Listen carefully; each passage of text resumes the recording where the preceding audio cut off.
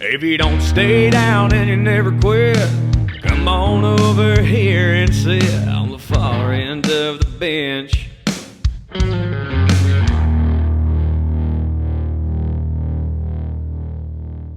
Ooh, hockey season starts in a month. Jimmy. I'm smiling through the pain. I'm good. We're fine. We're good. I'm all right. Yeah. I thought football season was supposed to be Football's fun. back. Yeah, we're back. Yeah. Weren't we Everything's so fine. excited?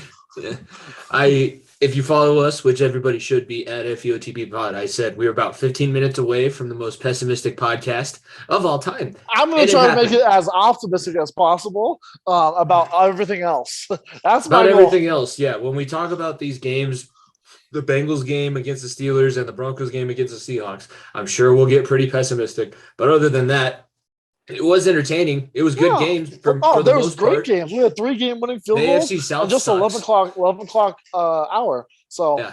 The AFC South sucks, which is interesting. They had no wins and tied each other. Wins and tied each other. And fucked me in my Survivor League already. I lasted to week 10 this year. I picked the Colts, and it ties a loss. So, like I said, everything's fine over here. We're doing good. Life is good. It's so much fun. Aren't you glad you're here for episode 108 of The Far End of the Bench? I know that we're not the only ones struggling fantasy football-wise, betting-wise, pick-em-wise, all of that stuff. So we are going to hopefully get through this together. We will have a little bit of an MMA news segment that I'm going to record with Rev tomorrow, so we'll get into all of that. Be sure to follow at FEOTB Pod, subscribe to the YouTube channel. We've been putting out the Top of the Mountain episodes on that channel. You guys have been enjoying those. I'll be better about getting the videos edited, but we were cutting it close to our deadline date for Variety Sports last week. So it was a little bit behind the 8 ball with the classes and teaching, and now flag football starts. So I go 2-a-day football practices from now until next month. It's only like 6 weeks or something like that. It's a lot. It's a lot. It is a lot. It's the most wonderful time of the year. But we also said now you all understand why we took not last week but the week before off, because we were both like, this is going to get crazy. This is going to be a wild ride. If this week 1 of football or the NFL season is any depiction of how the season's going to go, it's going to be a long. What is it, 21 weeks, something around I don't know. You should ask Baker Mayfield. He seems to know the schedule pretty well. Before we start getting into the games from week 1, we are presented by the Variety Sports Network. Follow at Variety_Sports_ subscribe to the YouTube channel. If you subscribe to the YouTube channel, or if you follow them on your favorite podcasting platform, you can check out Talking the Gridiron, which is the live NFL show that me and Darren from Fat Boy Fadeaway host on Sundays. And I think the Dynasty Delaware guys on the Variety Sports Network are taking over Tuesday. So that'll be live Tuesday night and Sunday night. Yesterday, we recapped the games, kind of talked about the Seahawks-Broncos game. I don't recall anybody thinking that was how that game was going to go. So, again, there's just play your players in preseason is like the main point of emphasis that I can make. Be sure to subscribe to the Variety Sports Network. Check out the merch store, bonfire.com/store/variety-sports-network. You can get your ride or die shirts and return to the jungle shirts because we're dying this week and we are outside of the jungle. So the shirts are nice and soft. The shirts are really soft when you wear them, and they can remind you of a better time when we all had hope and optimism and things were going to go well. All right, let's first update people. So we are tied in the Pickem. Funny enough, that's how things worked out. You picked Buffalo correctly, lost Cincinnati, lost Carolina, lost the Raiders, won Tampa Bay, and then lost the Broncos. I lost the Rams, lost the Bengals, lost the Panthers, won the Chargers, won the Bucks, and lost the Broncos. So we are both 2-4 currently after great 1 week. Start. We are. Yeah. Maybe we should pick all 16 again. How quickly everything can change. Before we get into the recap of week 1 of the NFL season, unfortunately, want to mention that we're not unfortunate for this. We are fortunately partnered with Row One Brand at the Cool Stub on Twitter. You go to row1brand.com. You get 15% off anytime you use code VSP15 in the art gallery, VSP15, and you get 15% off your order from row1brand.com. Proud sponsor of the Variety Sports Network and this podcast, Far End of the Bench, with Jimmy Pilato and Nico Bryan. I I know that you don't want to start with this game, but I say we go to Broncos game and then we'll work in chronological order. So we'll start Monday Night Football and then we'll go to Thursday Night Football and work our way through there. Is that fair enough? That's fine. That's fine. All right. Here's what I want to know, because I didn't get to watch the first half. I was coaching. I had 2 days of practice. I'm coaching flag football at the middle school, and then I was coaching my little guys. So I didn't watch the first half. I checked the score after practice, and it was when it was 17-10 at halftime. 17-13. 17-13 at halftime. In the first half, are you on my side that you need to play your starters at least a portion of the preseason? At least a series. Yeah. At least give them a series. That was awful all night. The operation time for the Broncos was awful all night. And here's the other thing. I picked this up during the shitty-ass Bengals game that we'll talk about here in a second, too. The NFL has changed how they're going to call the delay of game penalties. If the quarterback just shows that they're about to snap it, it can hit 0-0 and it can stay 0-0 for like half a second, and they won't throw the flag. And the Broncos consistently broke the huddle with 10 seconds left. And in this Nathaniel Hackett offense, which has all of the motions and formations and shifts, you can't do that. You can't do that, or you're going to put yourself behind the chains. And they were behind the chains all night. That was ridiculous. The penalties. Let me be honest with you. When the ball was in play, the Broncos offense looked so much better than last year. So much better. Up until you got to the 2 yard line. Up until you got to within the 5 yard line. Literally. It is what I saw in the Bengals game last year. It's what I saw in the Chiefs game last year. You were driving, about to go up a score on the Super Bowl. That Javonte Williams play was a mirror the image Melvin of Gordon Melvin getting Gordon. lit up off of a Noah Fant block. That play happened. And then except this time it was Graham Glasgow. Exactly, Graham Glasgow, where your guards don't do shit, and you don't even have your starting right tackle in the game. And I mean, look. The first time, everyone was like, "Why the hell did Javonte not get the ball?" Okay, well, you give it to him the second time, he fumbles the ball. And as far as it's not as much his fault. It's not his fault. It's not his fault. Melvin's fumble was far worse. Your guard gets blown back 2 yards in the backfield. You're going to have no shot at running the ball. The next thing, though, it doesn't matter if your guard gets blown back 2 yards. If you fucking get under center, and QB sneak that shit, Jimmy, you know better than anyone. The QB sneak on the 1 yard line. If you have, look at me. If you're on the 1 yard line and it's second and goal, at least one time your QB sneak it. Nico, I don't think they get it. One. I don't know if they do, but at least with Russ, you put the ball in his hands. Right? That's the crazy thing too. They didn't put the ball in his hands a single time tonight. They took the ball out of his hands. When they did, you had the Judy play. When they did, you had the silent pace down Judy's the middle. the reason why we lost. So the offense, he is not the reason why we lost. Stop with that. No, he is not the reason why we lost. Yeah, if Cortland Sutton goes off, if Cortland Sutton was the number one target tonight, we win our fantasy football matchup. Oh, you're talking about fantasy football. Our fantasy. When I say we lost, as in our fantasy football. I was like, what? I was like, he did not lose the Broncos. Jerry Jeudy did not lose the Broncos that game. Jerry Jeudy was actually very commendable. Yes. Thank you for clarifying that. Either way, Jerry Jeudy had a hell of a game, and like I said, your offensive line is the biggest question mark. It absolutely is. Dalton Reiser got his ass kicked on the inside by Cushenberry gets his ass kicked intentionally. When you rotated Graham Glasgow and Miners in the game, and both of them had Shelby Harris ate both of them up for lunch, dinner, and breakfast.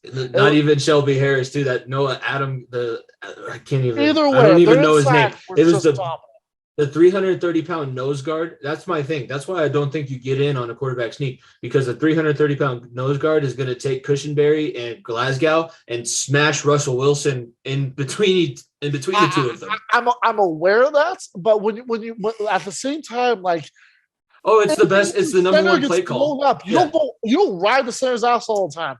You can go off to the right. You go off to the left if the nose tackle makes a mistake and picks a side. Yeah, like that's the reality. Here's the thing. I don't care that. It's the best play to run schematically in that situation. If you have 3 tries to get in, because look, they went for a 4th down twice on the 1 yard line. They did. If you have 3 tries to get it, one of those has to be it. Has to. You don't line up in the shotgun. You don't. Not all 3 plays in a row. Not 3 plays in a row. You don't. I don't care if Russell Wilson is the god, but you took the ball out of his hands. You did. And look, when Russell Wilson had the ball in his hands, he had a hell of a night. He did not turn the ball over. He made smart plays with the ball with him. He did not do anything stupid. Outside of one pass that bounced off Jamal Adams' helmet, he had a good game. It was the incapability of you finishing off in the red zone. Mm-hmm. And the fact that you have 11 penalties on defense alone. We're talking about over 150 yards. 150 yards. You're not going to win any football games at all. The Broncos had a chance to win that game today or on Monday, and they should not have been in that game at all. At all. That's why I'm a little more optimistic than I should be, because this team shot itself in the foot. Don't get me wrong. Good for Geno Smith. I'm happy for him. I am. I'm happy that he gets a shot. Because look, he is far better quarterback than Drew Lock was. It was never a competition, obviously. He's better than Teddy. He's better than Teddy Bridgewater. He's better than Teddy Bridgewater too. So I'm happy for him. I hope he does good. Last time we'll ever see the Seahawks, probably for a while, but good for him. Whatever. So you get to a point where, okay, fine. Russell Wilson, we pay you $260 million, right? You have 2 minutes on the clock, 2 minutes and 15 seconds. You have the ball on your 30-yard line, right?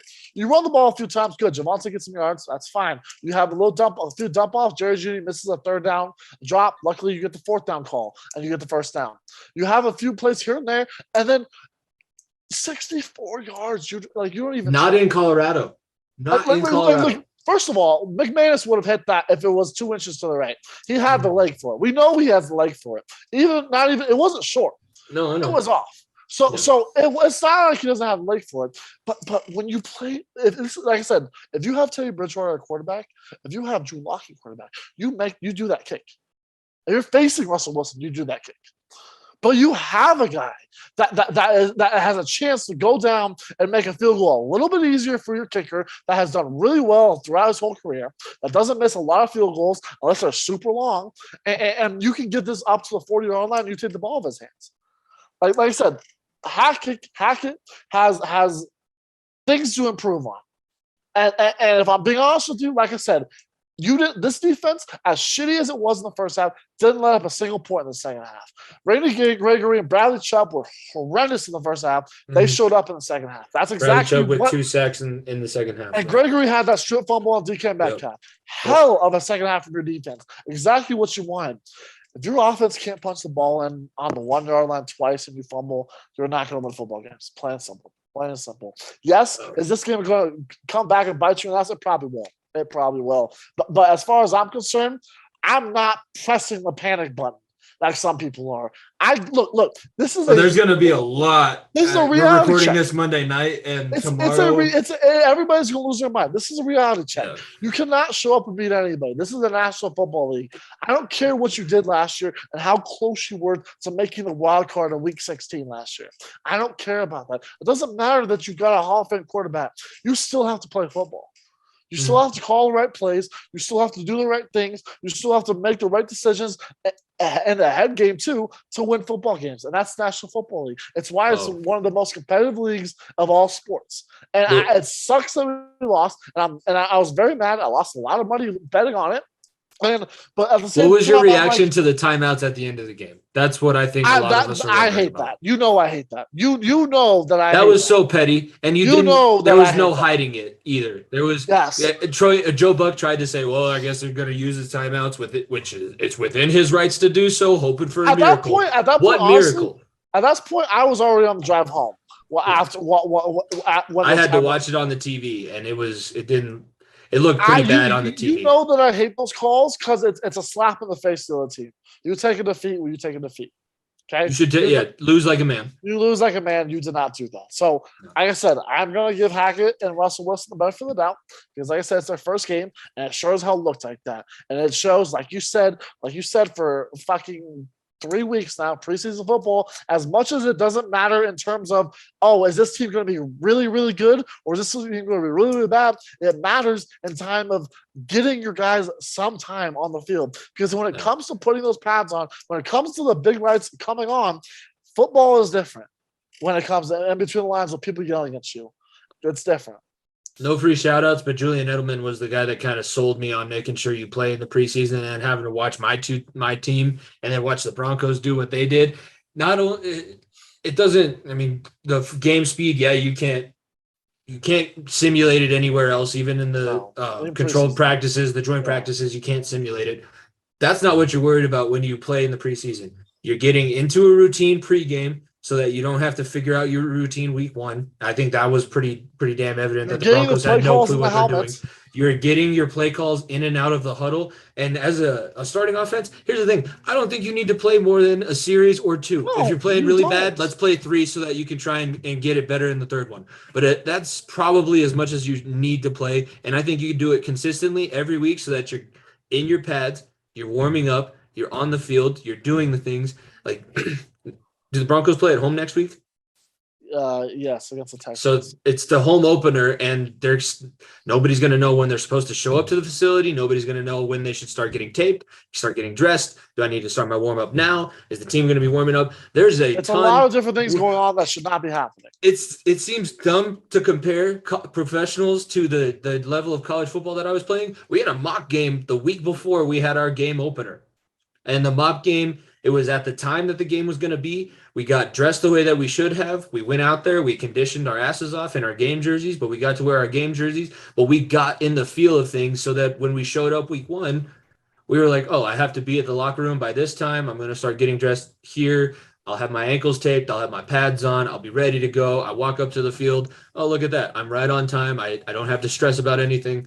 There was a lot of stress. There was a lot of panic. A lot of anxiousness, right? A lot of anxiousness going It was into that mirrored stadium. it was mirrored on the field with Russell Wilson. It was mirrored on the sidelines with with Nathaniel Hackett. And here's one good thing that I'll give to you Broncos fans.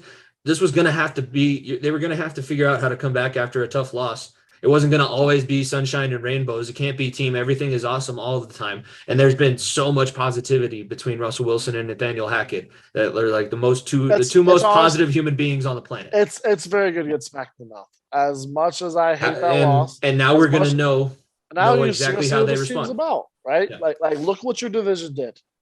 Are you on their level? You're not on the Chiefs level.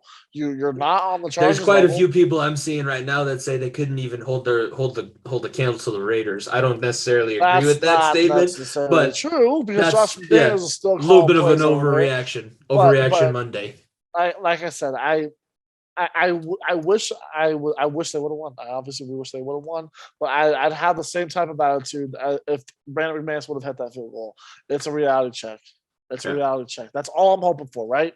You have a great opportunity to come at home and put a statement down and say that we are done fucking around and that you come in and beat the Texans, which fucking pulled one out of their ass and tied the Colts. You have a chance to do that next week, and then you play the 49ers at home and have a chance to do that after they just lost the Bears too. You have two golden opportunities at home to right some wrong and get back on track. You absolutely do. Like I said, this is a game you fucking rail into your players on Monday morning.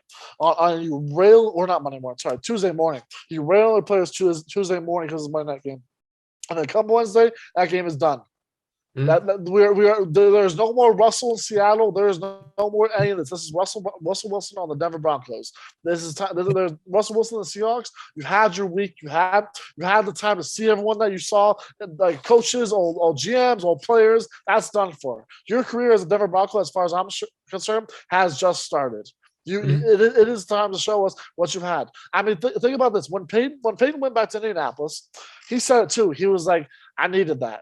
Like he needed that to go back. He needed to have all those jitters out. He needed to see his old friends. He needed to do all that. And then once that happened, we went on to win the Super Bowl, right? He needed to get that out of his system. Be like, okay, this is my goodbye. I'll see you guys later down the road in my Hall of Fame speech. But now this is my time to turn the page as Denver Bronco. And this is, as far as I'm concerned, it's time for the same thing as Russell Wilson. Yeah, I think it was a good scheduling move for the Broncos that the NFL gave them, so they were able to get that distraction out of the way. Obviously, a tough loss. You come week 16 and that happens, you're fucking all hell's breaking loose. Yeah, you're going to be pissed off. This is pumping the brakes, being like, come on, what the fuck? But you're like, all right, we can write this back. Come on.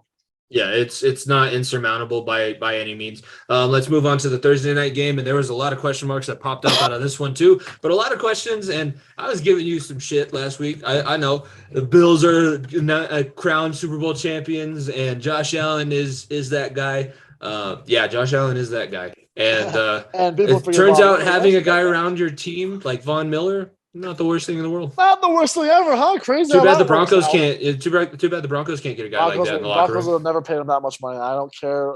And look, I know. and I all know. the people, including you, Jimmy, you were on this train too, that's saying the Broncos should have never traded Von, blah, blah, blah. The Broncos did Von a favor, right? You trade him to a Super Bowl champion team. You let one of the greatest defenders in your franchise history go out and win another championship.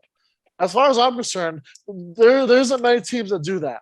Like that can part away with a guy that's numbers going to be retired in the middle of his, or not the middle of his, but the end of his tenure, that is toward the end of his career, that would do that for a guy like that. And The you way he looked last picks, Thursday, I don't even think we're that close to the end of his you career. get draft picks back that get you Russell Wilson, Jimmy. Those draft picks that you got for Von Miller get you Russell Wilson. I would be looking at Teddy Bridgewater, get his ass kicked by Russell Wilson this week if that was that way, okay? So as far as I'm concerned, it worked out for both parties, and I could not be happier for Von. Second to that, He's the best pass rusher in the world, by the way. it's not even a joke. It's not even a question. Not I have been saying not hyperbole at all. I have not. It is the purest pass rusher this generation has ever seen. And I mean ever. There's a reason why the Von Miller whatever the fuck it's called, Von Miller camp, Pass rushing seminar, whatever the hell it's called, pass rushing seminar. Everybody, and I mean everybody, that's a guy in the league goes to. Because what Von does getting off the ball and what Von does with his hand placement and his body movement, no one has been able to replicate. People try. People try with the bull rush. People can't do that move. They call it a ghost rush. That's how fucking deadly it is. It is filthy. You add into that defense that doesn't even have Tre'Davious White, a defense that is getting Micah Hyde and Jordan Poyer fully healthy, two guys who were banged up last year. I mean, didn't blitz a single time and got 6 sacks. I mean, come on now. I knew I blew their smoke so much last week, but it's hard. You might have been a little bit too harsh on them last week. Yeah, a little bit too harsh on them because, like I said, look at what Gabe Davis did. Stephon Diggs balled out. Gabe Davis balled out. Dawson Knox had a respectable night. The only thing that's still haunting these motherfuckers is the run game. They ran the ball pretty damn well. They ran the ball pretty decently with Singletary. James Cook did not have a good night. I had to start. Zach Moss had a pretty good game. Zach Moss had a good night. So maybe that's a sign of things to come for them. That's the one thing that's going to be the detrimental to the team. But when you have a dog, and I mean when you have a dog and Josh Allen, you can do anything offensively. And like I said, it may not even be. Maybe it wasn't Dable. Maybe it was McDermott that was and Josh Allen that was the key piece. Dable who? Because I think this, like I said, I am so high on this Bills team. There's a reason why I took the future of Josh Allen to win the MVP.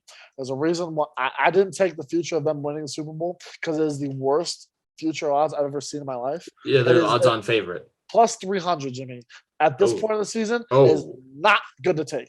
That's gonna drop. So it's not even worth looking at. Okay, it's gonna drop because there's gonna be a section of the season where the Bills forget how to play football, and we're gonna be sitting here looking back at us in September. Yeah, that's how the NFL season goes. Nobody's dominant all the way throughout. Even the teams that are gonna have a couple stinkers. So I want to talk about the Rams for just a second because they are now. Well, first off, they brought in OBJ on his quote recruiting visit, and all he did was walk away tweeting "sheesh" at Bills Mafia. Trying to join Vaughn and Buffalo. We were given Los Angeles Chargers crap for it probably being an extra home game for the Raiders. I was going to say, Bills Mafia traveled all the way across country and filled out that stadium pretty well. It was pretty damn loud when the Rams were on offense. Replacing Andrew Whitworth is key number one for them, and they did not do it this offseason. That poor left tackle that was trying to block Vaughn. And here's the thing. So, yes, Von Miller's the best pass rusher. Yes, he runs the pass rush seminar. This is one of the best compliments I think you can give a player. I cannot give you Von Miller film to watch and say, that's what I need you to do. If I do that, it has to be with a special player who has a certain set of skills. Otherwise, what he does is not mimicable. You can't do. He's the only person. He was pass rushing on the tackle and somehow made the tackle run into the guard, and the guard landed on top of the tackle. So the tackle was so off balance that the guard ran into him, and they fell backward like that. And then he was sacking Matt Stafford behind him. Yeah, and Vaughn's like, "What happened there?" Oh, I feel like he sees it in slow motion. The ball's snapped, and he's just like, "That's a hand, not touching me here." Why we harp on him being so good is because, like I said, he's almost offsides every play. He knows the cadence. He knows the tendencies of the center. Because most teams on the road at home, the guard taps the center, and he knows the timing of it. The center looks between his legs and looks back up. Yeah. Well, he knows, and he's on, and he's already a half a step. When a defensive guy has a half step already on you, you've already lost. A half step, and the guy can run a 4.6 40. Like damn near 90 degrees parallel to the ground, 180 degrees parallel to the ground. And as far as I'm concerned, the biggest question mark is this Rams defense. Aaron Donald was not. Aaron Donald didn't show up. Jalen Ramsey got cooked. Worse than Eli Apple. Worse than Eli Apple in the Super Bowl, and I will stand behind that. And two, I don't know if you saw it. Did you see the freezing cold takes that's been circulating ever since Thursday? No, Jalen Ramsey from saying Josh Allen was a terrible pick. That was when he was in Saxonville, so it was a different Jalen Ramsey. But yeah, that was not the best. It was funny. Diggs had a day, and then we went on Gabe Davis. Gabe Davis had a day. It was like, all right, who? Isaiah McKenzie scored a touchdown. Yeah, the guy who used to be the punt returner for the Broncos, literally 2 or 3 years ago, getting real play time on a contending team. Yeah, that was. I'm going to say it now. Both teams that played in the Super Bowl, because that's the next game that we're going to transition to, is the Steelers and Bengals. Both teams that played in the Super Bowl looked god awful. But hey, both teams, like your Broncos, did not play their starters at all in the preseason, and it showed. The Rams were on that playoff run one of the more disciplined teams and not committing penalties and gap sound, and none of that was like Sean McVay lost total control of this team. I think Sean McVay is probably wondering how much longer he actually wants to coach. Did you know that's the first time he's ever been less than 500 in his coaching career? That is the first time. Hot seat. He's on the hot. No, he's not on the hot seat. Hey, it's Stan Kroenke. He might be on the hot seat. It is still kind of funny. I mean, Kroenke has fired coaches after being coaches of the year. So, I mean, he's done crazier things. But like I said, the stories all week long for them seem like, well, Aaron Donald almost retired. Well, McVay almost retired and went into the booth. That was the constant. Yeah. At that point, I knew this team's not in the right headspace. No. It is almost like I said, it is almost a death sentence on your opening night to get your rings. Almost a death sentence because when the Bears go up and everything, and you're playing a team as good as Buffalo is, a team that's a Super Bowl favorite, it is almost a death sentence because you are just not prepared mentally there. Yeah, banner nights are difficult. I was at the Pierre Lacroix banner night for the Avalanche. I think you were at that game too, and that was a game that they lost. The Avalanche, that one of the few games of the last NHL season, the Avalanche lost. It was on a banner night because you have all of the pomp and the circumstance. I equate it. Remember in high school when we played homecoming and the halftime was like an extra 20 minutes, and then we come out in the third quarter and everybody's like, "This feels odd. I don't like this." I was just at the Grandview homecoming game, and you could definitely tell at halftime they had some momentum. They'd scored and tied it, and then in the second half they just weren't able to bring it. And I would say the Rams, other than Cooper Kupp, did not bring it at all. But here's the other thing too. Allen Robinson needs some time and some reps with Matt Stafford. I think everybody was blowing that out of proportion. He needs more touches for sure. If you have Matt Stafford needs to look at him and look at somebody other than Cooper Kupp. As much as I love it because I have Cooper Kupp in a fantasy league and he scored me some good points, I still got whooped by 50 points in that league. I was playing against a guy who had Jonathan Taylor and Patrick Mahomes. Yeah, that'll do it. That's a death sentence. Yeah, that was a death sentence. So Cooper Kupp did well, but it can't be. It's similar situation to Las Vegas.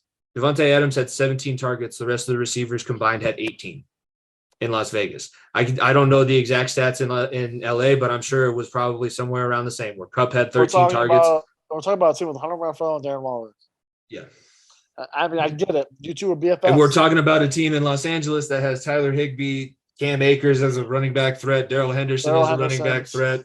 Allen Robinson now in the slot, and Cooper Kupp is the only one that you're throwing the Van ball to. Jefferson, who was big time player in the playoffs for them last year. I mean, like I get it, Stafford, you won your Super Bowl, but come on now, like His elbow doesn't seem like it's 100%. I know that they don't have anybody behind him, but I almost think that he should have been sitting out for a couple more weeks. They try to say that his elbow was better than it ever has been. I don't think it was. It's not. No, he had a couple of those throws.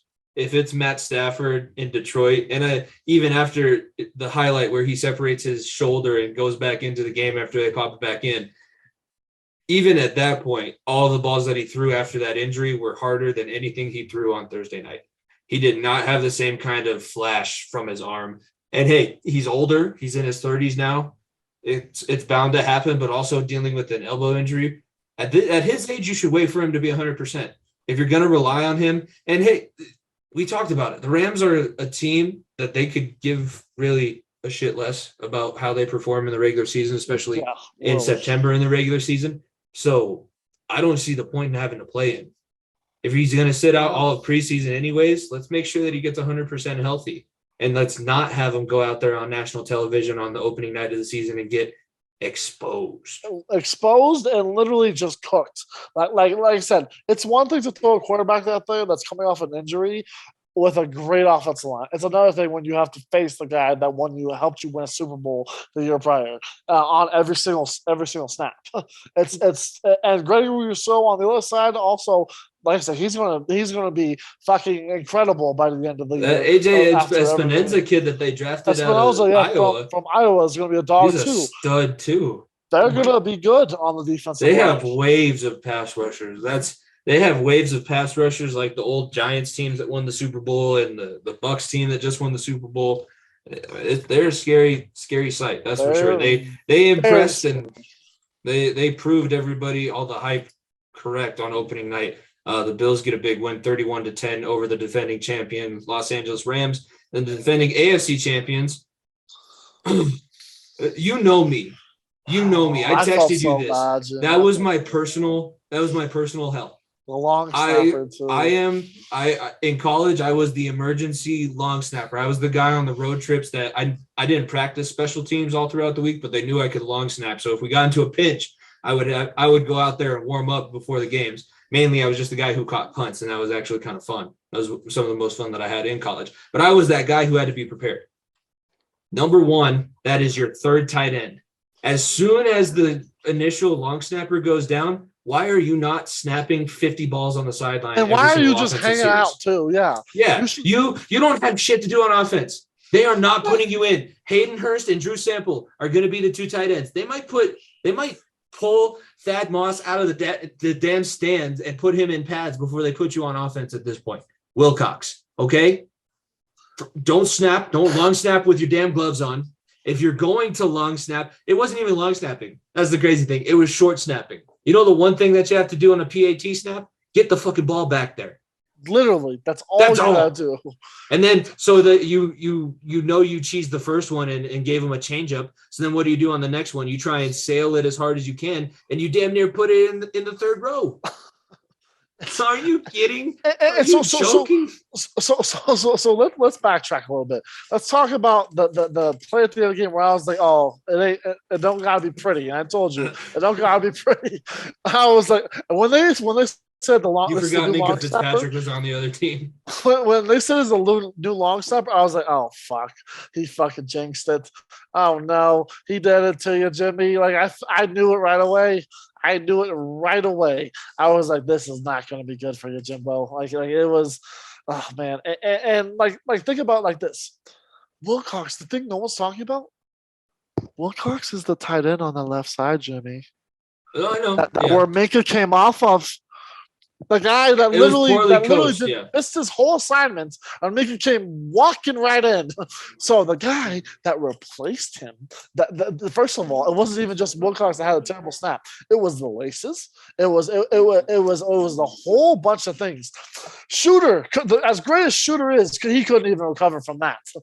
Well, the changeup snap, there's nothing he can do because he can only go as fast as the operation is. And there's going to be a difference between a guy who hasn't short snapped and the Yellowstone. Yellowstone's the guy that got hurt. with the Fu Manchu and the ponytail. Yeah, like the guy that looks tore his quad. Nice. Tore his goddamn quad. So it's not like he's coming back anytime soon.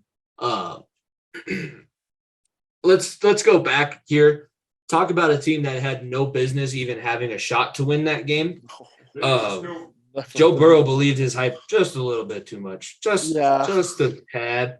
And I know you feel like you're a gunslinger, but the thing about Brett Favre was that he had an arm that was touched by the right hand of the gods. Touched by gods. And Joe Burrow, I love Joe Burrow can read a defense way better than Brett Favre ever could, but he doesn't have that kind of arm strength. You can't fit balls into that kind of.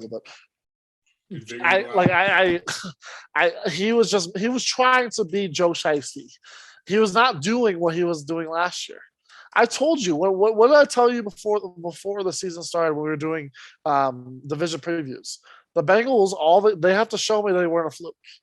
And that team, as tough as I'm being, that team that I saw was a team that was 2 years ago. That was good when Joe Burrow was healthy, but that literally couldn't stop a damn fly from crossing over the line. You revamped your whole offensive line outside of one guy. 4 out of the 5 guys you either signed or drafted. Well, there's $150 million invested in that offensive line. And T.J. Watt, the only thing that stopped him was his torn pectoral muscle. That's the only thing that stopped him. The only reason that stopped him was himself. Because Lyle Collins, there's a reason, I guess, why the Cowboys didn't pay you that much. Because, man, you were T.J. Watt's bitch. You were. Do you want to talk about I'm Joe's new protector? I'm Joe Burrow, and he's got a new security guard around. As far as I'm concerned, that's the fucking security guard that's going like, all right, through. like literally just be like, come on, come right through. You want to sack my quarterback? It's fine. He has been sacked 24 times in 3 games. I know. Super Bowl was NFC Championship in this game 24 times. You didn't want to add in the 9 from Tennessee the week before that too? I mean, like you could just keep going. It gets bad when you start to think about it. When you actually sit there and when think he about has it. time, he's a fucking hell of a quarterback. Oh, and Jamar Chase is open on every single play. He's fucking open all the time. And T. Higgins, hopefully he comes back. But Tyler Boyd fucking balled out too. Yeah, we should have started Tyler Boyd. You have the pieces, except those motherfuckers that are quote unquote bodyguards. Like I said, you want to? I said I can be the biggest hypocrite in the world because I said it's put up, shut up time for Russell Wilson, and it wasn't. He didn't show up. Well, it was put up or shut up time for the offensive line, and my God, did they get exposed by T.J. Watt, Cam Hayward, and company. Malik Reed, you go down the list of guys, and this Steelers defense, like I said, it was Blitzburg all over again. The defense that was just as good as they always. It was Blitzburg 2.0. I'm not saying that they'll get to that because they won't have T.J. Watt for 6 weeks. But my God, Trubisky does that to you, does literally nothing offensively. Your defense basically gets you a lead in that game if you're the Steelers, and you're the Bengals, and you still have a chance to win the game. Yeah, still a chance to win the game, and a mental error shoots you himself in the foot. Like I said, the Broncos-Seahawks game, that's going to be a game they're going to want back at the beginning of the season. And as far as I'm concerned, that's a game the Bengals will want back as well. Oh, this is a game that they definitely – when they go to Pittsburgh, and I don't even know – because it's not Heinz Field anymore. I was talking about that with Rev. Acrisure Fields. I'm not going to say it because I refuse to acknowledge that the change happened. But when they go to Pittsburgh, I think that we're going to see a totally different Bengals team, or at least I'm hoping to. I think so too. And here's my thing. Here's my thing. They're nationally relevant. They were talking about that on CBS. This is one of the first times that they were a home market game. We bought the NFL Sunday ticket so that I could watch the Bengals. I didn't even need it. Yeah, I watched it on Channel 4. And, you know, the fact that they were able to, I remember sitting, so when I came out of the hospital, it just so happened that the Steelers were playing the Bengals on Monday night that night. And I was sitting there in my normal hospital room and I was like, okay, this won't be so bad. I'm going to get to go home in a couple days. And, the Bengals are playing on national TV. And I remember Andy Dalton just not only getting sacked, but when he got sacked, he was getting ran into his other offensive lineman. I'm pretty sure there was a couple times where he got hit from behind, and the first thing that caught him was his right tackle's back because T.J. Watt was shoving him into Andy Dalton's face, and Andy Dalton was getting sacked from behind by Bud Dupree. It was just is not a pretty sight. So all in all, I'm encouraged by the level of fight that I saw, the level of talent that I saw on the field. But yeah, this one it's not going to make it feel any better. But here's the other good thing. At least I'll give Pittsburgh credit in this. And I'm saying this because one of the teachers that I work with, who's actually my mentor for my induction program, is a Steelers fan. And he owned up to it. If the Bengals and Steelers play every week like that, he said, we're both going to be in the hospital for a heart attack. Because that was some of the worst football towards the end of the game. And the fact that neither special teams, it was very similar to watching the Packers game against Cincinnati last year. Remember when Evan McPherson and Mason Crosby forgot how to make a field goal? Kick field goals, yeah. I had such the good meme that I posted too. Boswell doinked that kick, and I had the bunk dog ready to go, and I did it. It was bunk. And and you got bonked right back. I was honestly, it was so bad for me. I was rooting for the tie. I was like, just fucking do it. Put me out of my misery. Just do it. I really don't want to lose this game, but I don't feel like we should win this game either. Let's just call it. How about that? They should have called it after Boswell missed that kick. I didn't need another chance. Did not need another try for that one. 23-20, the Steelers get the win in overtime. So if you're a Steelers fan, hey, good for you. I know it like I said, that's a game we want back. Like I said, I still think there's a lot. Like I said, I think both of our teams this week had things that can be fixed. Fixable errors, yeah. Fixable mistakes, as far as I'm concerned. As for the rest of the teams, like the teams that tied and kissed their mother this past week, I don't know about that. I cannot believe. So, honestly, I heard this on one of the shows that I listened to, and I'm going to echo it. That's a loss for the Colts. Oh, it should be. Yeah, it's a win for the Texans. It's a loss for the Colts. The Texans punted at the fucking 50-yard line with 40 seconds left, Jimmy. They just didn't want to. They just didn't want to give a chance. It looks like the tie. I don't think that we can win this thing. They did what I was hoping the Bengals would do. Like, I don't think I can win this thing, but I don't want you to win this thing because let's tie. Yeah, the one is going to not go. The one is not going in the loss column. Damn it, Lovie Smith is not losing his opening game. He might tie it, but he's not losing his opening game. It was just straight comedy. I mean, that's the one that killed me this week too, and it sucks even more. But man, like if you're the Colts, little too much too late. Why are you not just feeding Michael Pittman? You just try to do way too much with Jonathan Taylor early in that game to a point where you're like, it's Jonathan Taylor, guys. He's having a PvP season. But then you remember, Matt Ryan can still sling the ball. When you should have been throwing it. Yeah. When he was slinging the ball, he was slinging the ball. I mean, he's the best quarterback that they've had in the last 3 years. Since Andrew Luck retired. Yeah. Since Andrew Luck retired, there's the best quarterback that team has ever had. That team has not ever had.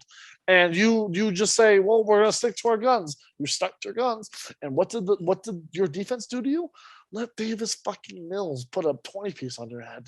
I mean, come on now. Yeah, that was bad. That's bad. That's just. Let's talk about another quarterback who had his foot in his mouth a little bit. Did you see the reaction Baker had? So Baker was the one quoted saying, I'm going to fuck the Browns up, and this is basically my Super Bowl. And he said he didn't say it, but we all know he did. Oh, but then, no. Yeah, we mentioned the fact that he tried to retract it last week. And then his statement after the game, I don't have the direct quote in front of me, but here's the gist of it.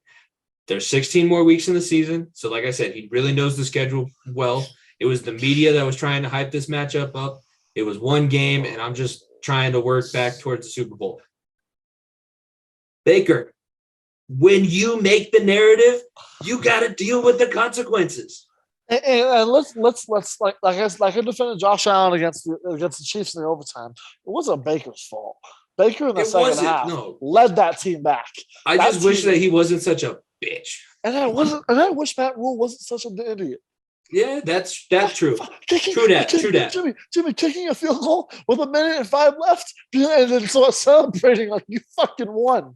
Not like 20 seconds left. Not fucking 10 seconds left. Not 6 seconds left. Fucking 1:05 seconds. You thought he was back at Baylor or something. I mean, I was just like, you really believe your defense that much?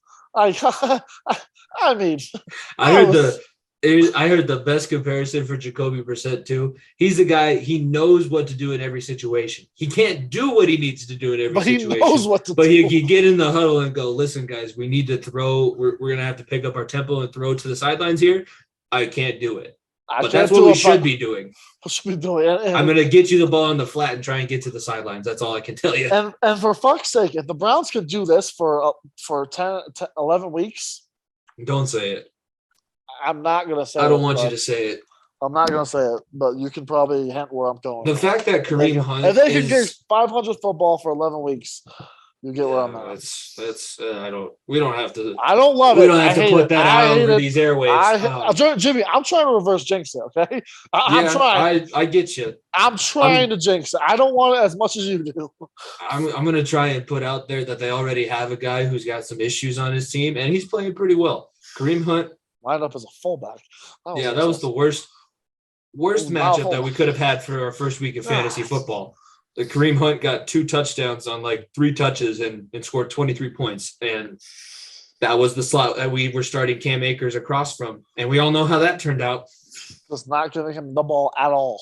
Yeah, there was no carries for him. We had 5 carries versus 0 carries, but those 5 carries carried 2 touchdowns. So the Browns roster, we said it. Their defense, their roster is built to be good for when that piece of garbage comes back. And they're probably, if Jacoby Brissett can just get them to points in the game where he can manage his way to a win and doesn't hurt playing a stupid head coach on the other sideline with a fiery quarterback who, like he was trying, he thought in his mind, scoring a touchdown against the Browns. It was, if he scored a touchdown against the Browns, he would have counted that as a 50-point touchdown. It wasn't even going to be worth 6. He would have counted it as 50. He wanted that game so badly. So first off, Baker, don't come out here in the media saying that we were the ones that were pushing the narrative. We weren't. We were, but you also did. We only were pushing it. We were only pushing it because you said it. You were the first one to say it. We just jumped on board with it. And I know you know when the Super Bowl is. But I doubt you're going to be able to win enough games to get to the Super Bowl. You have some ways to go there, buddy. We should think about the here and now. We should fix the now before we think about the future. I don't know. The second to last game that we picked that we'll kind of recap and talk about before we look ahead to what's in store for this week. The Raiders going to Los Angeles playing the Chargers. You tried to manifest it a couple times. I was going back through our timeline. You tried to manifest it. I want it to happen. It did not happen. They finally won a close game, Jimmy. Yeah. Well, here's the thing. The Chargers are going to Charger, but the Raiders are going to Raider way harder. You're not wrong. You are not wrong at all. I've been your friend long enough. I know where you were going with it. Not even the Raiders are going to Raider Jimmy. It's Josh McDaniels is going to Josh McDaniels. Hurricane Josh. It is two things thrown together. It's like one negative times another negative. I guess it equals a positive. Like I mean, you have fucking Raiders being the Raiders, and then you have Josh McDaniels being Josh McDaniels. They're going to just fucking ram into each other more times than I can count. I get you want to showcase Devontae Adams, but my word, I'm sorry. I think that's partially on I didn't realize Darren too. Waller was a fucking middle of the road tight end. I didn't realize Hunter Renfrow wasn't one of the top 10 leading receivers in football last year. I'm sorry. Let's just fuck everything else. Let's not do a run game at all, by the way. Chargers defense that was one of the worst teams against the run last year. And let's not run the football. Let's just air it out and literally have a clock differential where you were just kicking yourself, which I don't mind. Good for them. I'm glad they did that. Happy for you guys. Keep doing that. And my team won't be the worst team in this division. The Chargers look legit. Yes, I know. The Chargers look pretty legit. Their defense Justin looks Herbert, so much better. We were talking about it on the Talking the Gridiron show, which you guys can listen to on the Variety Sports YouTube and the podcast feed. Tyler from Fat Boy Fadeaway was like, right now it's probably a 3-person race for the MVP. It's Mahomes, it's Allen, and Herbert did probably enough, at least initially, to be in the conversation. Yes, I would not disagree at all. You just got to say it how it is, and nobody played well around him. That's the other thing. Keenan Allen's injured. Keenan Allen that screwed our fantasy football team pretty good too. Keenan Allen being down. Yeah, no. Hey, I get it. You know what you're talking about too. But also, I neither don't of us draft knew that Chargers for that Devontae reason. Smith wasn't going to play. We didn't know I Devontae know, Smith what the wasn't going to fuck? play. I didn't realize he didn't fucking play. It was What a the fuck? 0 the entire time on the score chart, so obviously he wasn't even suited. I don't know. He was getting conditioning in, I guess. Yeah, it's fucking stupid. Tyler Boyd's starting. I don't care what you say next week. That's I told you you're the manager of this team, and I just tell you how wrong you are or how right you are every week. Yeah, no, we do it for the content, and I'm blaming the two of us here. But no, the Chargers look pretty damn good. Hopefully, I think when everybody else picks it up around him, Herbert is going to look even better. I can't wait for the Chiefs versus Chargers. Both those matchups are going to be pretty electric. Game this week is going to be nuts. Yeah. Talk about a absolute banger of a Thursday night game to start the Al Michaels and Kirk Herbstreit fucking runoff. Couldn't get anything better. And look, Kirk Herbstreit, you've watched these guys recently in college too, so you should know plenty about. You should get to tell us all the old stories about Herbert and Mahomes. And by the way, Kyler Murray looks like he isn't watching film. So Jimmy, we didn't take anything into account again. Did you not? He's 0-27 on double XP weekends. Oh, was it? I don't. Double here's the XP thing. I don't play weekends. Call of Duty, so I didn't know it was a double XP weekend. It was a double XP weekend, Jimmy. Oh, fuck! no. That makes total sense. They should put that. They should put a clause or something in his contract where he has to study. On double XP weekends. Let's study the playbook before we're going to play an NFL football game, so that here's where you've hit rock bottom as a football player. Justin Brown, who was the coach of season 2 and 3 of Last Chance U, or 3 and 4. Jason Brown. Jason Brown. Also, shout out Coach JB. I got him to randomize my fantasy football draft with some people. So shout out Coach JB. Slap dick. He put out a great film breakdown. Like, this is day one stuff. This is day one stuff that you should know. Like, just audible out of it. Just tell your receiver, don't go out in the route. We don't have enough guys to block this. He didn't even look to that side of the field pre-snap. So he wasn't even sure that they were sending a blitz and got absolutely sacked within 2 seconds of him getting the snap. So, and we were talking about that too last night. It's Kyler Murray who's stuck in double XP, and it's Cliff Kingsbury who's too busy worrying about the coif in his hair. And the way he looks on the sideline. That's literally that. And talk about a Chiefs team that's pissed off. They were pissed off after what happened in the AFC Championship, and after everything that's happened this offseason. You lose Tyreek Hill. Maybe the Chiefs don't make the playoffs. I wasn't saying that, but maybe some people were, and maybe this defense isn't as good without Tyrann Mathieu and blah blah blah. This team, as far as I'm concerned, is still a team to beat or one of the top 3 teams to beat in the AFC. Obviously, I still think the Bills are the team to beat in the AFC. Yeah. One of the top 3 teams to beat in the AFC for a reason, because of 15 and because of 87. And they just fucking teed off. They did. I picked them last night on Talking the Gridiron. They're my pick to win the AFC this year and represent in the Super Bowl. Because you forget about it last year. They were in the AFC Championship game last year and went to overtime and probably should have won. If Patrick Mahomes didn't make Jesse Bates, if Patrick Mahomes didn't get baited by Jesse Bates, I think that had a little bit to do with his performance from opening weekend as well. Last game that we picked here, and it was one of the worst games of the weekend. So let's make sure we get that out of the way. Oh, Dak was one of my in my teacher league. Dak was my starting quarterback. So guess he's on the waiver wire already. I hope you have a good backup. Cooper Rush, Carson Wentz. Maybe you should grab Geno Smith. I'm grabbing Geno Smith. I'm grabbing Marcus Mariota. I'm grabbing any quarterback that I can find because Joe Flacco. That's right. He was the worst. I want a quarterback who will score more back than though, 4 Jimmy. points. I'm sorry, I had to bring that up one more time. We don't get to talk about the Jets every week. I'm trying to. I think I'm taking him to. I think I'm taking our resident Jets fan to that game when they play in Denver. Oh, I feel bad for you. I feel bad for him too. I won't have to wear any kind of affiliation. I don't have to wear a Broncos jersey or Jets jersey. I just can sit back and observe. It's the sociologist in me. I love it. Cowboys under Mike McCarthy. How is Mike McCarthy still the head coach of the Cowboys? I asked that question last night. I would have thought Dan Quinn is just sitting there, like sitting on your coaching staff. Jerry Jones doesn't have to be more, if you want to do that. Doesn't have to be smart. You can just sit in your staff meeting and go, yeah, I think that coach that coach probably knows what he's doing. Yeah. The fat guy doesn't. The fat guy can't get the team ready to play. But that guy, he's done it before, and guys love playing for him.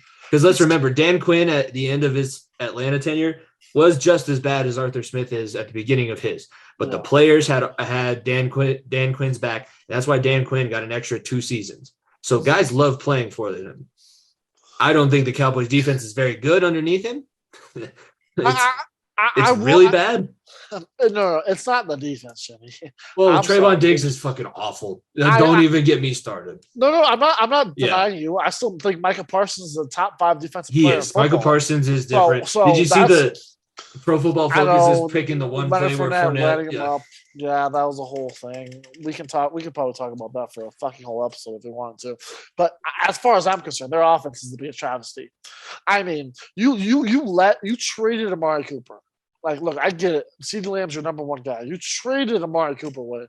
Then you let Cedric Wilson, I think it's Cedric Wilson, or it's one of the Wilsons, walk in free agency. And I mean walk.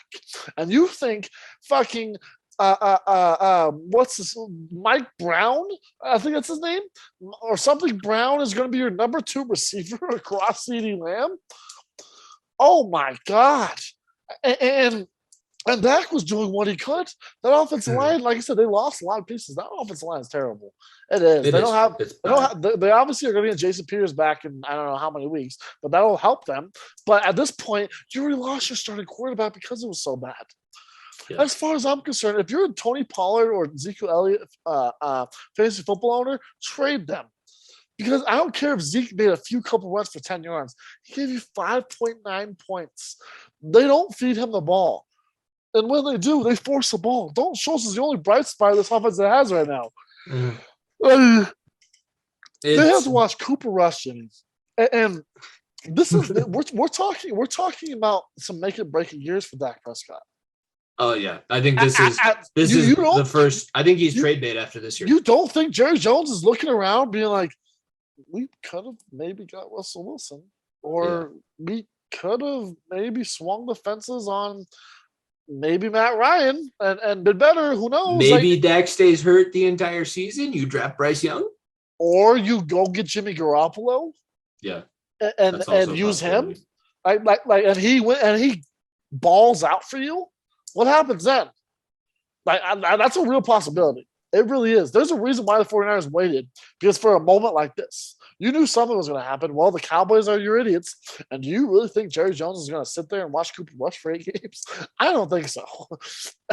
As far as I'm concerned, they're going to make some move, because I don't think he could sit there and watch Cooper Rush for 8 games. He can't. He physically cannot. Did you see the disgust on his face as he was entering that locker room after the game? It was funny. It was very funny. The video of him just walking with the oversized suit, just saying to the reporters, standing with the reporters. That is not a man that will fucking watch Cooper Rush for 8 weeks. It's not. I would be like, if I don't know if sports books have this bet open, but I'm going to place a bet that Jimmy Garoppolo's next football game is played for the Dallas Cowboys. I don't know if they have the bet in the offseason. I have no idea if they do still. You don't think that the 49ers are going to make the switch after how bad Trey Lance looked last week? I'm sorry, 49ers fans, but that was not the performance I was promised. Yeah, not the performance you promised, A, and B, the guy that you picked over Trey Lance and fucking did that to you. Which let's be honest also, Justin Fields didn't have a good game. No. He had 2 throws. No. That field was the worst that I've ever seen. Besides Raljon for the Washington Commanders, that was the worst field I've ever seen. The Commanders' uniforms are ugly, by the way. I just want to put that out there. I know, Jimmy. I know they're hideous. But let's compare those quarterbacks from last year's draft class, right? Trevor Lawrence has 250 yards passing, as 23 for 27 passing. He throws 2 interceptions, and they lose. And everybody is that Trevor Lawrence is a bust. Justin Fields fucking goes 5 for 17 and 2 touchdowns. Everybody's losing their mind like this is the next Mahomes. As far as I'm concerned, that's the 49ers of the week 1 that didn't have George Kittle, that played on a shit field, that were playing a rookie quarterback, basically a rookie quarterback. because Trey Lance has not touched He's the less than a field rookie literally quarterback. 2 years, less than a rookie quarterback. Less than a rookie quarterback. So as far as I'm concerned, the Bears are still not what they should be. So I don't want to hear it at all from Bears fans thinking that they're good. You probably have a lot of them from your time in Augustana, don't you? A lot of them, all the Bears fans being like, "Ha, look, we're back, baby." No, you are not. That was the 49ers team that literally was starting a guy that's literally played less everything football worked than in you your and favor, and you barely beat them. Everything was in your favor. So yeah, I agree. As far as I'm concerned, I still have belief that Trevor Lawrence is the best quarterback in this class. Obviously, the Jaguars don't look good. I think he still has a lot of room to grow. I think this is very Andrew Luck-esque. I'm being honest with you. I think it's a guy that needs some time, but once he gets a line in front of him and some more established weapons, he'll be just fine. But the people all over Justin Fields' cock for being good and winning a game in the rain, and he slid on his chest, and everybody's losing their mind, I would say pump the brakes. Oh, I think that might be our first cock shot of the episode. That was awesome. Let's talk about the games that we're going to be picking. We'll get Bull's lock of the week as well. The 6 games, obviously we mentioned the Broncos Bengals games will be the first 2 or the 2 of them. Thursday night football, Monday night football, Sunday night football. So those are the 5. There's 2 Monday night games, so we don't even need to pick. Yeah, I wish there was 2. That's my thing. We don't even need to pick an extra random game because we'll have enough. And the 2 Monday night games are pretty good matchups. So starting on Thursday night football, I have the Pickem sheet open. So Chargers at the Chiefs, Nico. Who are you taking in the first matchup of the season, first primetime matchup between these 2 teams? What are we thinking? I'm taking the Chiefs. I think it'll be close, but I think the Chiefs win at home. I think the series is split between them, but I am taking the Chiefs, and it's because of what they did last week. I saw a pissed off team last week. That's scary for me. That is very scary for me as a Broncos fan. That was a pissed off team. And I think they hear all the nerves that are coming out of Los Angeles, and the Chargers are it. As far as I'm concerned, everything still runs through Kansas City in this division, and it has been for 5 years. So I think the Chiefs, as much as I think that this is a game that Justin Herbert has a game, but in the end, they're not able to get a stop on this offense. They're not. And as far as I'm concerned, I'm still going to go Kansas City here. I believe the Chargers are a good team. I think Justin Herbert is an absolute baller, but I cannot, after what the Chiefs did. And look, I get Kyler Murray slander that we fucking pull, but the Cardinals are not a terrible team. They're actually halfway decent. So I take more into account that game than I do the Chargers barely beating the Raiders. So for that matter, I'm going with the Chiefs.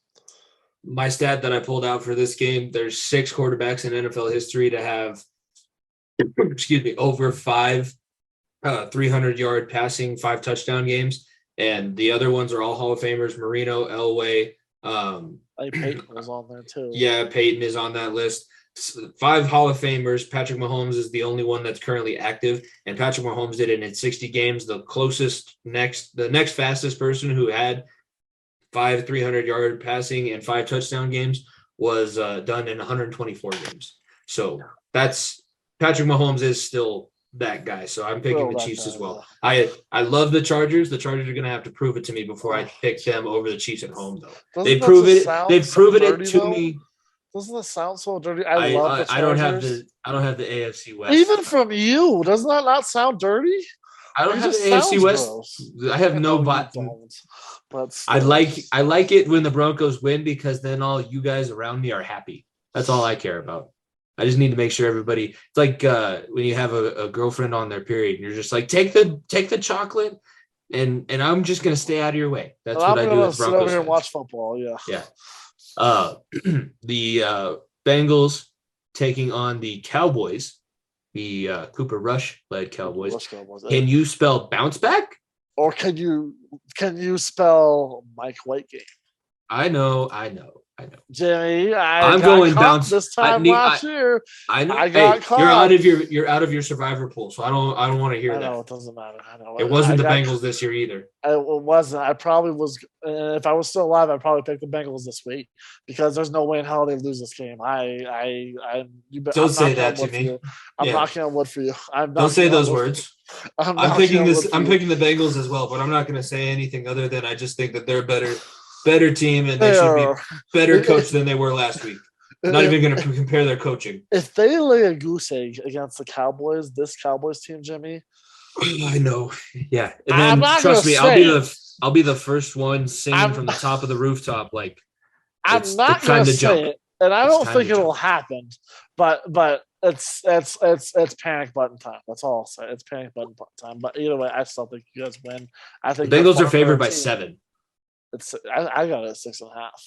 Okay. So Yeah. I It moved have up. It moved to 7. That number is inflating. Yeah, you should. If you were listening to the show and it's still at 7, you take it because this number is going to keep getting worse. As far as Probably I'm be concerned. I'm gonna guess it's 10 by Thursday. 10 or 11.5 by kickoff because Cooper Rush will be the quarterback. People are like, oh, fuck, this team, really? Yeah, I'm taking the 6.5 and I fucking rode with it. It's not even close. I believe in your team because I believe in Joe Burrow, and I do. And I believe that your defense. I believe in Jamar Chase. I don't even believe in Joe Burrow at this point. I still believe in him. I know. I'm just saying, currently, Jamar Chase is the only reason we had even a shot at that game last week. I saw his stats: 10 receptions, 129 yards, and a touchdown. If he doesn't play, there's no. That game is very, very one-sided. Very, very one-sided. I know. Your team is also, I would say, they're in the same position. So the way that you were talking about the Bengals, if they lose this game, I think it's even worse. If the Bengals lose that game, I think there's a little bit you can salvage. I think the Broncos lose this game. I think what the fuck is going on? As far as I'm concerned, it's a stop being so damn nice. Start yelling at your players. You're on the road. I mean, so it's a little different. You're at home against a team that's probably against Mills Mafia, baby, next year. Yeah, against Houston. So and like with this Broncos team, like I said, I hope it's a statement game. I hope it is. I hope that they come out. Are you taking the 9.5? I'm not touching the fucking spread after this week. I'm not. I'm really not. I'm just doing fucking player props. And I'm fucking betting on alternate spreads, which is I almost would have won alternate spread this week if they went for it on touchdown, but I didn't, obviously. So, yeah, I'm not touching 9.5 spreads, especially against the Texans after what they just did in Dougie Mills. I'm not. And I can say maybe the Colts are frauds, and maybe the Texans are for real, and maybe the Broncos are frauds, and maybe the Seahawks are real. It's basically we got more questions than we want out of literally both of these two teams' games this past week. But I still think this team wins. I'm not taking 9.5 because I'm not, but I do hope that they cover and I do hope they win because, like I said, I still trust Russ and like I said, I think the mistakes can be fixed. I think they can. What I saw that second half defense I saw from the Denver Broncos doesn't let Dougie Mills get 20 points. That first half defense. Davis Mills. I know. I call him Dougie Mills because that's what Pat McAfee calls him. It's because he goes by Dougie in the locker room, so that's why I call him Dougie. So Dougie Mills over there. So I like the Mills Mafia or the Neck Gang. Those are the two that I've heard. The long giraffe neck game. So yeah, I'm hoping we win. I'm picking us to win. Oh my God! Please don't break my heart. Here's the thing: Davis Mills put up his stat line from the first week was 23 of 37, 240 yards and 2 touchdowns. So I think if you can hold him to less than that, you have look at what we fucking just had Geno Smith do to us. That's what I'm saying. So, it's got to be the second half defense. You never got to be the second half defense. I think they hosed Surtain on one of his PI calls too. That was one of them was a bad call, and then the other one was just DK being a fucking man. He caught it up here, and how much longer his torso is, Surtain couldn't even like grab his elbow. It looked like a little kid was like trying to play 500 against his dad. This isn't fair. Come on. That calf is a man's man. That's not even a cap. It's just a little bit different. There's a slight difference between him and most other people. So far, we're 100% in lockstep. Chiefs, Bengals, Broncos. I would like to take the Texans, but hey, I told you this year I'm coming for the actual win. I'm not trying. Content be damned. I'm winning this thing. We're trying to. Trying to. We'll see. Oldest rivalry in the NFL. One of the oldest rivalries in the NFL's history is Sunday Night Football. The Bears 1-0, currently tied for first place in the NFC North, and the Packers hosting the Bears 0-1, 2 years in a row now that they've gotten their asses kicked in the week 1 game. This year, it's also against a divisional opponent, so you get to throw that in there also. I said, can you spell bounce back for the Cincinnati game? I'm going to say, can you spell bounce back for Green Bay? Aaron Rodgers still owns you. Aaron Rodgers has not given the key to your city back. He's just, here's the thing. He owns Chicago and he doesn't even like it. He just owns it so that you know that he owns it. It's just a spite owning thing. It's a spite thing. Am I gonna do it, Jimmy? Am I gonna do what you think I'm gonna do? You're picking the Packers, right? I'm thinking about it. What I saw from this Packers team was fucking eye-opening. You cannot tell me that was not the biggest. Oh my God, what is this team? Christian Watson, literally 80-yard bomb in his hands, drops it, and that's the sets the tone for the game. Jimmy, the fucking leading receiver for this Packers team was Randall Cobb. Yeah, he's still in the league. There's only one team that gives him a job still. He's in the league still. So yeah. I look. It's Aaron Rodgers. I'm not gonna be an idiot. I'm still picking the Packers, but it's eye opening. It is very eye opening that game against the Vikings. We'll talk about the Vikings here in a minute. But as far as I'm concerned, this Packers defense is fucking absurd. Is not good. It's not good at all. You lose to Darius Smith, he fucking whoops your ass on the Vikings. Jair Alexander is talking all the shit about getting paid, and then he puts up that performance against Justin Jefferson. I mean, this Packers team. Kevin O'Connell outcoached the Packers too, because there's a couple times Preston Smith was covering Justin Jefferson. I mean, Kevin O'Connell. I'll talk about Kevin O'Connell. I want to save it for the game we talk about him. Mm-hmm. But I'm just.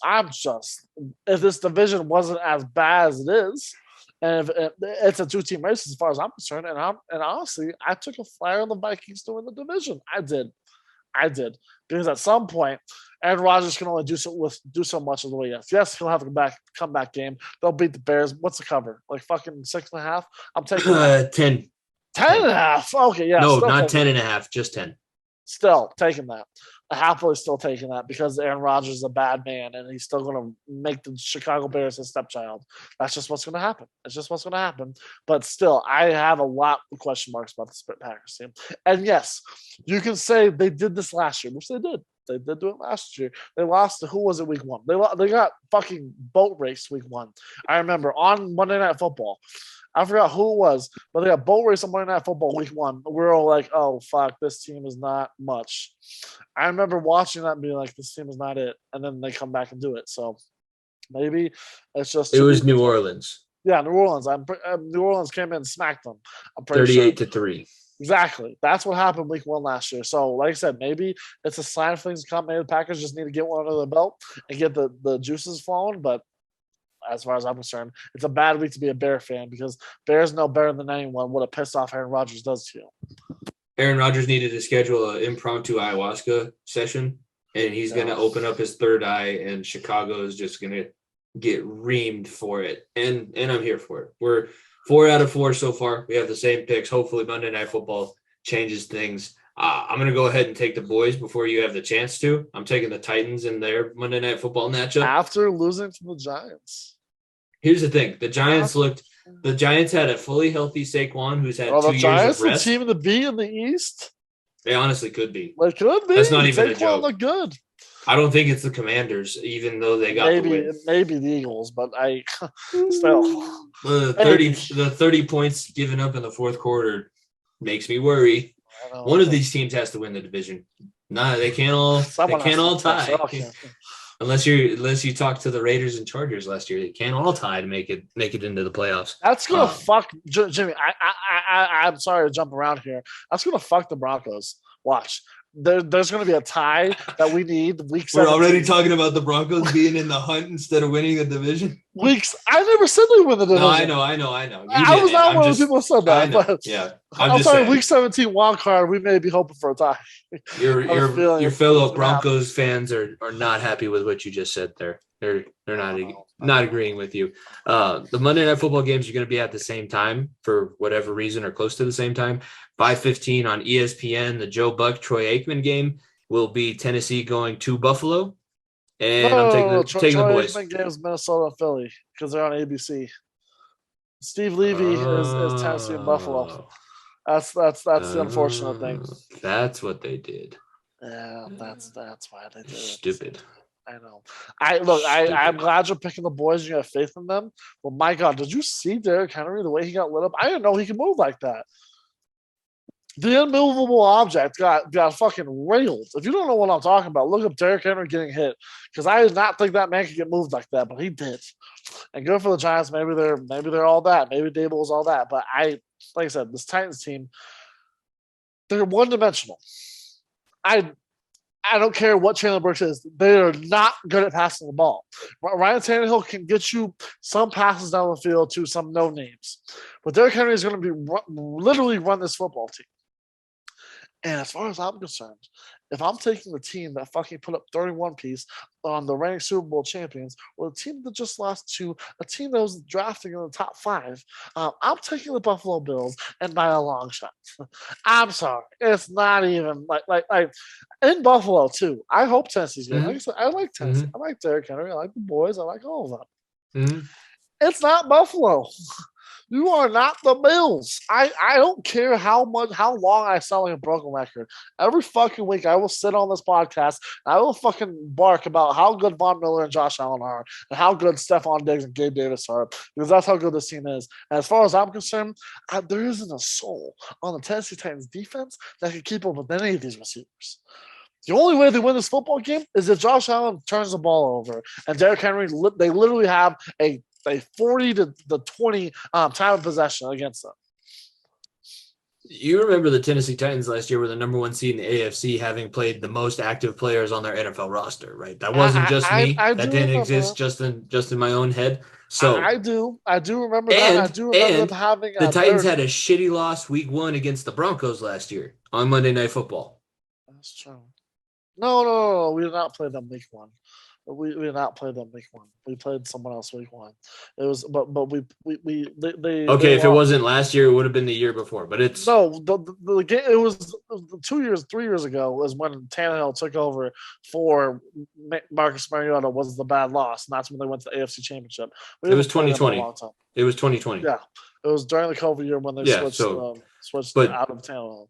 But that was a bad performance in week 1 against a bad team that you should have beaten. Still, I still, like I said, either way, Titans, I think they can recover. I still think that it's still between them and the Colts to win this division. Don't get me wrong. But nobody's got more pride than an NFL player who thinks that they played underneath their level. And I think that this Vrabel of all coaches is going to be able to get this team moving in the right direction. So trust me, it was bad. I'm not saying that it wasn't bad. I'm saying that the professional football players for the Tennessee Titans are going to take the shitty loss that they had and they're going to put it into the work. Because, here's one of the reasons why I think that the Giants game went the way that it did. They knew they had Buffalo coming up week 2. Yeah, so are you going to put anything on film against the team that you could possibly be seeing deep into the playoffs? Which is a weird way to do things in the NFL. But I get it. But there's 17 games now, and there's 7 playoff spots. So you have a little bit of leeway. It's not quite as much as it was, but all I'll say is this. I remember this game last year during the regular season was another Monday night game. I remember being an absolute shootout. Buffalo, I'm pretty sure, went into Tennessee and won that game. I remember the game being absolutely bonkers. I'm hoping for that again because I think it's 2 incredible offenses that go against one another. That is, like I said, Derrick Henry and Josh Allen are 2 of my favorite people to watch, and I think it's going to be an absolute show. I still think Buffalo is not losing at home, and I think those people are going to be fucking losing their mind for the first home game of the season. So for that reason, I have to go Buffalo. It was 34-31 last season, and it was a Monday Night Football game. So you're correct in that. 34-31. Yeah, it was drunk last year. It was so much fun to watch. We were trying to record during it. I think that was the game that we stopped in the middle of. We're like, we're distracted. We have to finish Monday Night Football, and we'll be back here. So yeah, that is the first Monday night game. We're split. First split. I'm taking the Titans. You're taking the Bills. Then the Vikings going to Philly to play the Eagles. Fly birds fly. Philadelphia is favored by 1.5. I'm hoping that Jalen Hurts does well for our. Jalen Hurts, like I said, I told you he's the fucking sleeper in fantasy football this year. He did well. It would have been nice if he threw a touchdown, but yeah, you can take what you got. I can't. Beggars can't be choosers. You take what you got for sure. I want to see where you're at because I can go both ways here, but I kind of want to pick the opposite of you. But I'm leaning one way, but I want to see where you're at. I don't think the Eagles are going to be able to cover Justin Jefferson. So I'm the exact same way. I want to pick the Vikings. I want to pick the Vikings. I am picking the Vikings too because I think the Vikings are really, really good. I think O'Connell, like I said, O'Connell is the hire of the year, in my opinion. The Rams missed him. So far, obviously, it's week 1 and an overreaction fucking Wednesday for you guys listening to this. But I think he was the hire of the year, and what he was, how he was able to get Justin Jefferson open with Thielen. This, like I said, I don't care if Kirk Cousins doesn't need to be fucking Patrick Mahomes. Matthew Stafford won a Super Bowl last year. Mm-hmm. As far as I'm concerned, look, we want to give Kirk Cousins all the shit in the world for being a middle of the road quarterback. Matthew Stafford and Kirk Cousins at one point were about even. It's just because Kirk Cousins is Ned Flanders incarnate. I know it's like I think that Kirk Cousins could be really, really good or just really, really bad. You could get you like that, or you could get just not showing the up guy who grills his steaks on tinfoil. That's who you can get. Like you could get one of those two guys, but as far as I'm concerned, I know what I'm going to get from this offense. O'Connell is making life as easy as possible. You know who didn't do anything last week? Dalvin Cook. Yeah. You know who fucking ran the ball all over the Philadelphia defense last week? DeAndre Swift. You don't think they're going to let Dalvin Cook loose this week?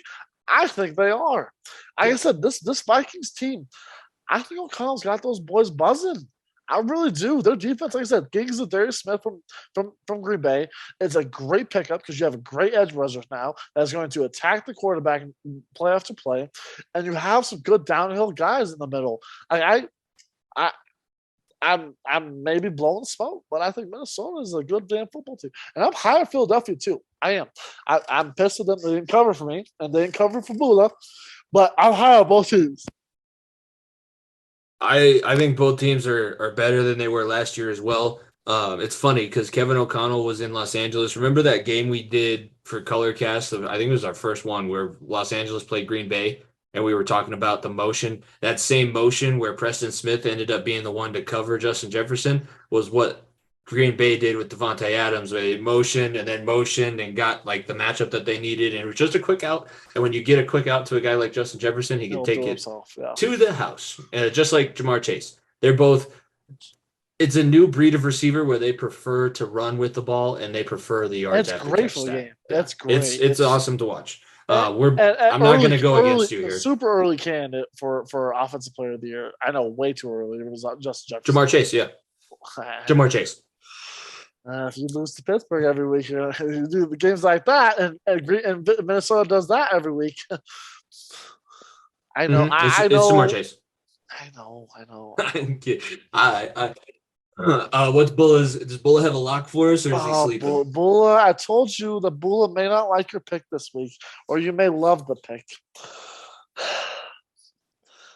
He told me this week that he remembers when you put that Joe Burrow jersey on him. He remembers when you put that cigar on him, the little pipe he put that looked like a penis, to his face, looked like a penis. He remembers the shades you put on him. He's like, he wants a little more of it. He's taking the Bengals -6.5 because Cooper Rush is gonna get cooked. And Bull told me, he's like, you know what, Nico, take this line right now. Don't wait till Sunday. Do not wait till Sunday. If you're listening to this, Bula's telling you, demanding you to take the 6.5 or 7 right now because Bula knows what's best, and he got fucked last week. And no one gets. You know what happens when you fuck with the Bula? Bula comes back and whoops your ass. Ask Caleb Presley. Ask Caleb Presley what happened. He's coming back this week with Bengals minus 6.5. He's riding your boys because he's not with the Cowgirls. He's riding with the boys down in the boys from the Bayou, the boys from Louisiana, and Jamar Chase and Jolie B. And he's fucking rolling with the Cincinnati Bengals. And I respect the decision. And I will also be riding with the Bula like I did last week. Everybody should be sure to ride with the Bula. I'll be posting that. I'll make the video. This will be clipped and posted everywhere. So follow at FEOTB Pod. Subscribe to the YouTube channel. All of that stuff. So you crossed the Bula at Philadelphia. It's gonna be a bad season for you. You cross the Bula, bad things happen. That's all I'll say. You cross them once, shame on you. You cross them twice, it won't happen again. Hopefully you all were paying attention and you're going to get those votes in, get that movement in before we get to the end and do start bench cut. I'm going to do start bench cut of people. I'll say people that maybe need to prove it. You're going to give me the one that proved it the most. But we'll get to that here in a second. We're going to preview the fantasy matchup that we have coming up in the King of the Bench Fantasy League Week 2. We are playing DKM Mac. So another this one isn't a family member of mine. So it's not one of my cousins, luckily enough. I can't believe we lost to my cousin. Maybe I'm lucky enough. So Jalen Hurts is going up against Minnesota. Obviously, do you want to maybe flip that with Burrow? Burrow's playing the Cowboys. Who's their quarterback? The other team. Their quarterback, Tua. I'll play Burrow. I would. Oh. And he doesn't have a backup, it looks like. So it's Tua or nothing. I would against the Cow. I don't know. Maybe the Bucs offense wasn't as good as we thought because they didn't throw the ball very well. They ran the ball really well, but they didn't throw the ball very well against this defense. I'm gonna let you pick, but I would stick with Hurts because of what Hurts did for me last week and what Burrow did this week. Yeah. That's fine. I think that it's warranted. I will say we should probably figure out. Do you think Cam Akers is going to play at all? Don't. So I think that Samaj P. Ryan. He's going to start looking on the waiver wire. If you're listening to the show and you're in our league, I'm giving Jimmy all the secrets. I would look at the waiver wire for another running back. I would look at the trade market for another one because I told you. Running back's going to fuck us because if Cam Akers or Jonathan Taylor is going to be Jonathan Taylor. If Cam Akers isn't who he is, starting Samaje Perine, look, it's risky starting Tyler Boyd already because of Jamar Chase. You start the backup running back for a team that has as many weapons as the Bengals do. I get it. Maybe he'll give you 5 points. That's not what I want from my RB2. That's a fringe flex guy. I was going to say we could put him in the flex because our flex didn't do shit. And I'm not starting Tyler Boyd at a wide receiver. I would start Tyler Boyd at a flex because we need to get something out of our flex. That's the one thing I will say we need to get. Cam Akers for the time being and give him. I'll figure out if there's somebody that I can pick up, but we do have there's other options that I would rather play to at least have some chance to get some points. That's what I'm thinking. The more zeros that we have, the worse off I feel. Keenan Allen might have to do something there depending on what his status is going to be. Yeah. So maybe Traylon Burks does, there's a lot of, I'm probably going to be on the waiver wire for a little bit of time this week. It's gonna be Cortland Sutton didn't impress me. Like I said, I know you won't like this, Jimmy. He did just fine. No, hear me out. I know you won't like this, Jimmy, but I would go find the team that has Dak Prescott and see if they want Joey B or Jalen Hurts. If they don't have a good backup quarterback, if they don't have a guy that can come in right away, I'd go find the team that has Dak Prescott and see what they got and see if we can make a deal. If I'm being honest with you, I know my cousin. I would look at that and be like, he already has Fields as his backup though. Yeah, but Fields didn't do shit. Yes, but this is the guy who drafted Buffalo's defense number 1 in the first round. Exactly. You may get a good deal. Or I may get the worst deal. Worst deal, you never know. So he also had Jerry Jeudy, and it pains me so much the fact that Jerry Jeudy was the reason we lost in fantasy football, even with the drops. even with the drops. He looked good. He did look good. So maybe Russ is the answer for him being back. So I'm Yeah, hoping for it. I'm just hoping Indy's First touchdown, defense has to be way better. First We have to get touchdown. some points out of the flex. First touchdown for Jerry Jeudy since fucking week 6 2 years ago. By the way, when there was It no. would have been fans. nice for Cortland to get one. Yeah, that would have been nice. Russell didn't even look. He had single coverage inside the 5 most of those times. He had over 6. He had 6 yards receiving. It wasn't like but it just. But He's threw a lot to your Andrew red Beck. zone threat. Andrew Beck. I love me some Andrew Beck. He's your red zone threat. You should be throwing a fade at least. If you get a first and goal opportunity, there should be a fade thrown to Cortland Sutton 1 out of the 3 times. I'm not disagreeing. Muth actually, the only Steeler that I've ever drafted in fantasy football in my life. Fryermuth had, I think, 8 points or somewhere close to that. He'd be a fringe flex guy. Yeah. Because if Keenan Allen's injured and we can't pick up anyone off the waiver wire, you start Boyd at receiver. And we could have had Fant and Fryermuth in the lineup at the same time. I know Fant didn't really do a whole lot, but like I said, Devontae Smith was a 0 for 0 out of 0 out of 0. So we have some room to move in the flex. Yeah, absolutely. All right. Well, that's a little bit of a preview. Again, if you're DKM Mac, you're going down. I'm telling you right now, there is no beating. Last place punch. Yeah.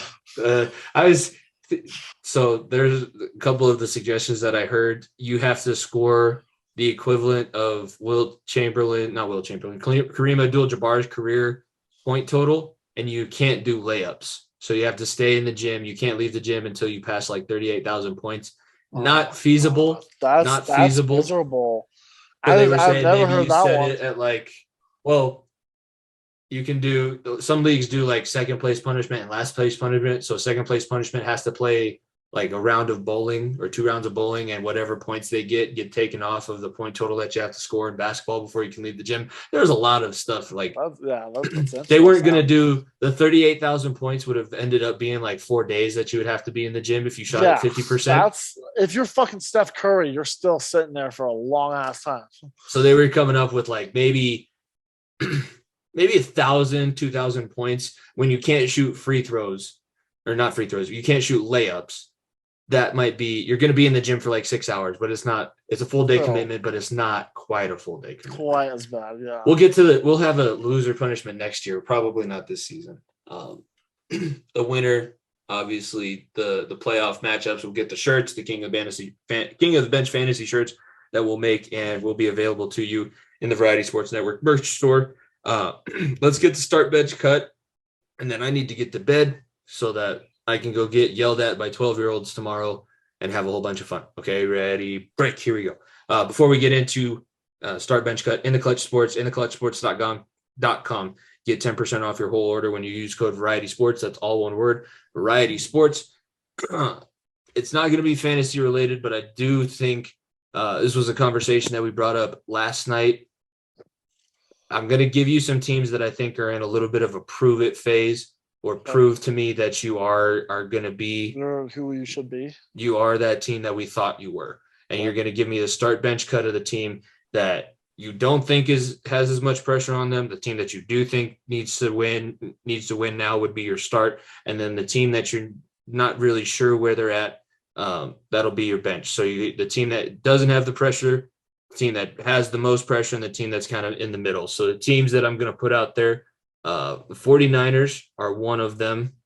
I'm going to say the 49ers taking on the Seahawks at home. Seahawks are the only team to win in the NFC West, by the way. Let's say the Dolphins going to Baltimore. That's interesting. Okay. And the last one that I have here, Buccaneers going to New Orleans to play the Saints, because Tom Brady still hasn't beaten New Orleans in the regular season. So a team that I'm not sweating over, that I'm starting is Tampa Bay. I'm not even questioning that. I still think, like I said, the running game is so much better than I thought it would be. Lenny Fournette played incredible, and man, Julio Jones looked good. I mean, Julio Jones back, that's dangerous for anybody. And look, Giselle said, "Good luck, Tom. Good luck, Bucks." So maybe Tom Brady's back. She added him. It was I know. Maybe it was just a sign of good passive fortune. aggressive. passive aggressive. Either way, they don't have to prove anything to me because they won a Super Bowl a year ago. They don't have to prove anything to me at all. A team that I am cool seat on, I would pick I'm gonna pick the Dolphins. That's gonna be a surprise here. I'm gonna pick the Dolphins that I'm gonna bench because I think the Dolphins. Mike McDaniel did some things to the Dolphins. I don't know if you watched that game. Jalen Waddle and Tyreek Hill got more space than they have ever seen anywhere else. I'm talking about even Jalen Waddle at Alabama. Like Yeah. did you see Tua's throw? I know it was terrible. First throw of the year, great, fucking hilarious, right? But he doesn't have to do much, right? McDaniel's is scheming the system where it's the 49er system of Jimmy Garoppolo. You don't have to win us football games. Just get the ball to them, right? And maybe Tua won't be able to. He's not asking much for them. He's just saying get the ball to them. So for that reason, I'm going to Dolphins because I think Waddle, like I said, I'm big on Waddle. I think he'll be great for them. I think Tyreek Hill addition is going to be massive for him. And like I said, I think the Dolphins can squeeze in possibly a playoff team this year. I believe it. I think they're the second best team in this division, outside of Buffalo, obviously. And I know maybe New England is a fraud, which I think they are. I think they're absolutely terrible this year. It's wonderful. We can all rejoice in that. But I do think this Dolphins team is pretty good. And then for the 49ers, it has proven to me. Like that's who I'm cutting. You have to prove it to me. Because like I said, you invested 3 first-round picks in getting Trey Lance. What the Broncos gave up for Russell Wilson is what you gave up for Trey Lance.